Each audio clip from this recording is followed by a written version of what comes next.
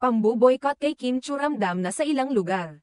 Host ng It's Showtime na si Kim Chu ay nakatanggap ng batikos mula sa mga taga-suporta ng dating Pangulong Rodrigo Duterte matapos niyang magsalita ng isang salita sa isang episode ng kanilang noontime show. Naalala ng marami na si Kim Chu ay isa sa mga host ng It's Showtime na nagbitiw ng linyang "Deserve" sa kanilang opening, na ipinalabas matapos dalhin ang dating Pangulo sa International Criminal Court, ICC. Ang ilang mga tagahanga ni Duterte ay nagpakita ng kanilang pagkaalala sa kaligtasan ni Kim, at nagsabi na nararapat lamang na magbigay ng dagdag na seguridad sa kanya, lalo na't magtutungo siya sa Cebu City upang makipagkita sa mga fans, kasama si Paulo Avellino, sa isang mall tour. Ayon sa mga tagahanga, maaaring mapahamak ang seguridad ni Kim sa pagpunta niya sa Cebu, kung saan malaki ang popularidad ni Duterte.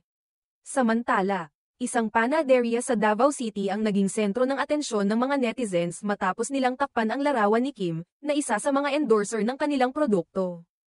Ang hakbang na ito ay nagdulot ng iba't ibang reaksyon mula sa publiko, kung saan may mga sumang-ayon at may mga hindi natuwa sa desisyon ng kumpanya.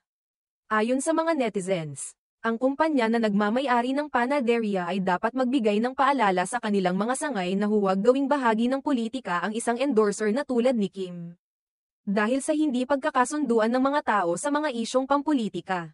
May isang netizen na nagsabi, "Alam ng mga tao dito na hindi ako fan ni Kim pero endorser yan na nagpasok ng pera sa establishment nyo.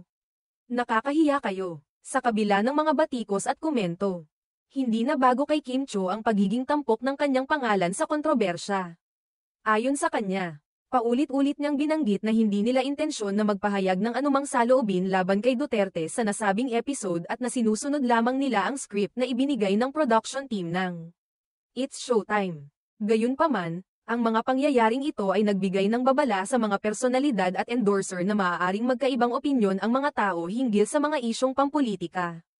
Sa isang bansa kung saan malakas ang pagkakabaha-bahagi ng mga pananaw, maaaring magdulot ng negatibong reaksyon ang mga hindi inaasahang pahayag na may kinalaman sa politika.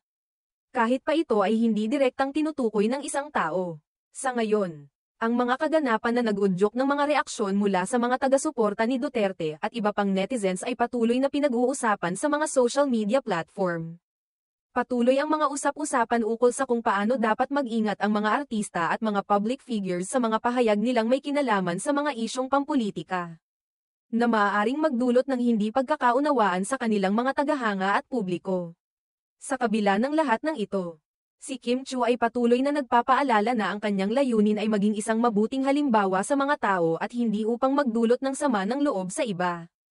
Samantalang ang It's Showtime ay patuloy na nagpapakita ng masaya at makulay na mga episodes. Hindi maiiwasan ang mga kontrobersya na bumangon mula sa mga di inaasahang pahayag o aksyon ng kanilang mga hosts.